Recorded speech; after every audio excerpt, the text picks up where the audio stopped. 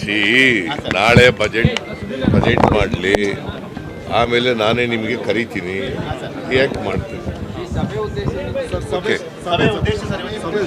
ಇವತ್ತು district incharge ಮಿನಿಸ್ಟ್ರಿಗಳು ಅಲ್ಲ, incharge ಸೆಕ್ರೆಟರಿಗಳು, ಪ್ರತಿ ಜಿಲ್ಲೆಗೂ ಒಬ್ಬೊಬ್ಬರು ಸೆಕ್ರೆಟರಿಗಳನ್ನು ಇನ್ಚಾರ್ಜ್ ಮಾಡಿದ್ದೀವಿ. ಅವರು ಏನು ಮಾಡಿದ್ದಾರೆ ಅಂತಕ್ಕಂಥದ್ದನ್ನು ರಿವ್ಯೂ ಮಾಡಿದೆ ಅಷ್ಟೇ. ಈಗ ನಾವು ಅಧಿಕಾರಕ್ಕೆ ಬಂದು 8 ತಿಂಗಳಾಯಿತು. 8 ತಿಂಗಳಿಂದ ಎಷ್ಟು ಸಾರಿ ಹೋಗಿದ್ದೀರಿ, ಏನೇನು ಮಾಡಿದ್ದೀರಿ, ಏನೇನು ಲೋಪ ದೋಷಗಳು ಕಂಡು ಹಿಡಿದಿದ್ದೀರಿ, ಏನೇನು ನೀವು ಅಡ್ವೈಸ್ ಏನು ಮಾಡಿದ್ದೀರಿ ಜಿಲ್ಲಾಡಳಿತದವ್ರಿಗೆ, ಇವೆಲ್ಲ ಅವ್ರು ಏನು ಹೇಳ್ತಾರೆ. ಅಸೆಂಬ್ಲಿನಲ್ಲಿ ಪಾಸ್ ಮಾಡಿದ್ದೀರಿ. ಆರ್ಡಿನೆನ್ಸು ನನಗೆ ಸೈನ್ ನನಗೆ ಬಂದಷ್ಟೊತ್ತಿಗೆ ಇದಾಗ್ಬಿಟ್ಟಿತ್ತು ಸಭೆ, ಅದಕ್ಕೋಸ್ಕರ ಅಸೆಂಬ್ಲಿಲಿ ಪಾಸ್ ಮಾಡಿದ್ದೀವಿ.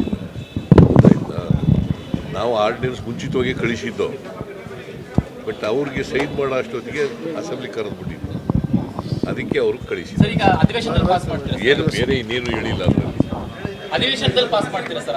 ಬಂದು ಮಾಡಲೇಬೇಕಲ್ಲ ಸರ್. ಗ್ಯಾರಂಟಿ ಯೋಜನೆ ಬಗ್ಗೆ ಬಾಲಕೃಷ್ಣ ಒಂದಿಷ್ಟು ವಿವಾದಗಳಾಗಿವೆ. ಲೋಕಸಭೆ ಆದ್ಮೇಲೆ ಕಾಂಗ್ರೆಸ್ ಗೆದ್ದಿಲ್ಲ ಅಂದ್ರೆ ಗ್ಯಾರಂಟಿ ಯೋಜನೆ ಮಾಡಬೇಕಾಗ್ತದೆ. ಸರ್, ಕಾಂತರಾಜ್ ಆಯೋಗದ ವರದಿ ಲಾಸ್ಟ್ ಡೇ ಸರ್. ಕಾಂತರಾಜ್ ಆಯೋಗದ ವರದಿ ಯಾವ ಕಾರಣಕ್ಕೂ ಅದನ್ನೆಲ್ಲ ಇಂಪ್ಲಿಮೆಂಟ್ ಮಾಡಿ ಪರಿಣಾಮಕಾರಿಯಾಗಿ ಏನಾದರೂ ಸ್ಕೀಮ್ ಇಟ್ಕೊಂಡು ನಾವಂತೂ ಯಾವ ಕಾರಣಕ್ಕೂ ನಿಲ್ಲಿಸಲ್ಲ.